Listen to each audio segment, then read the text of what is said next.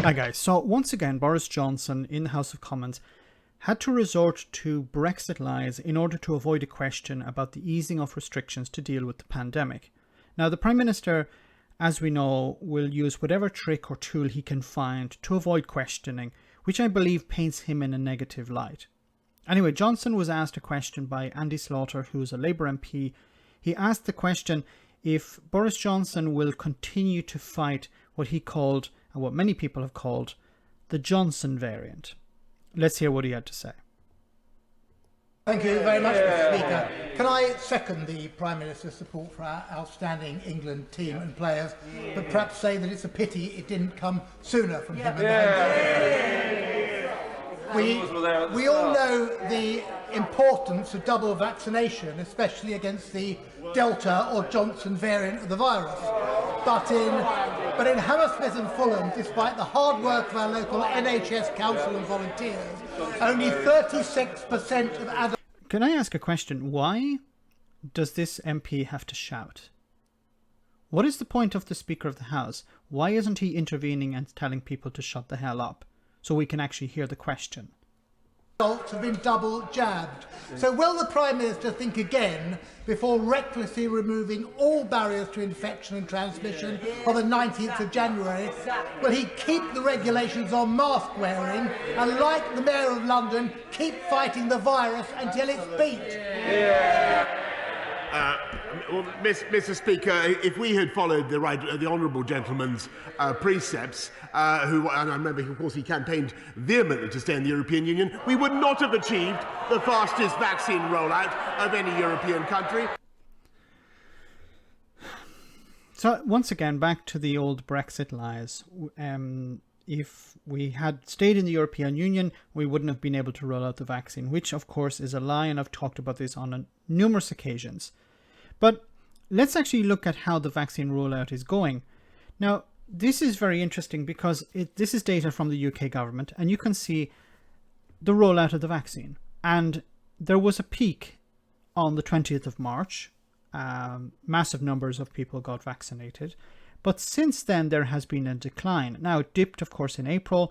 It went up slightly again in June. And now, since then, it has been declining.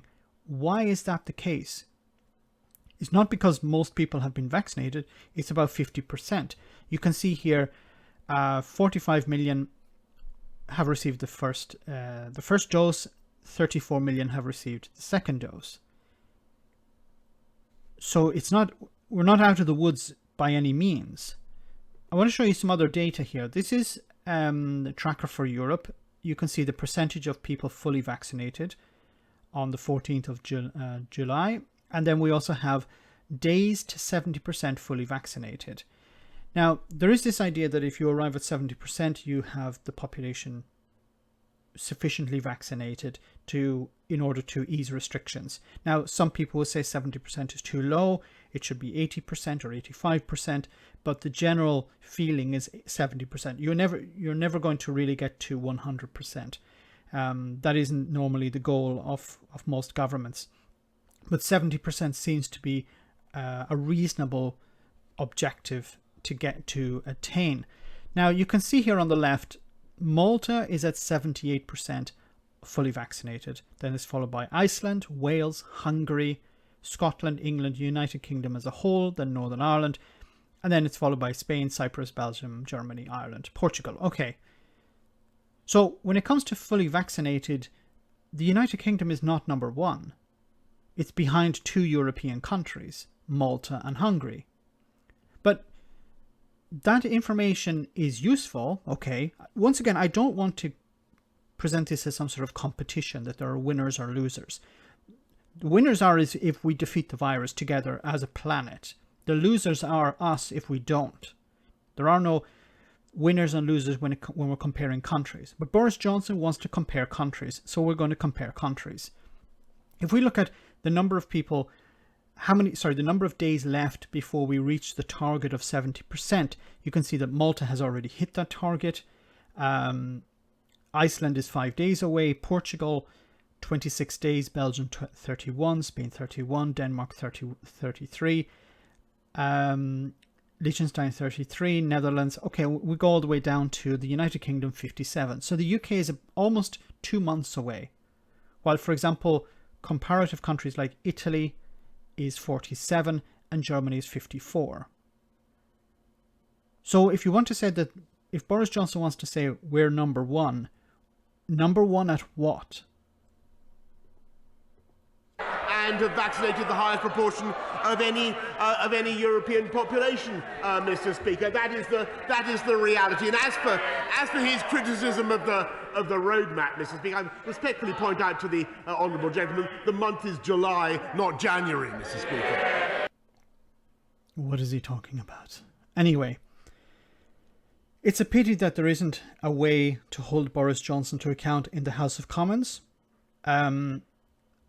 We have to hold him to account. We have to challenge him.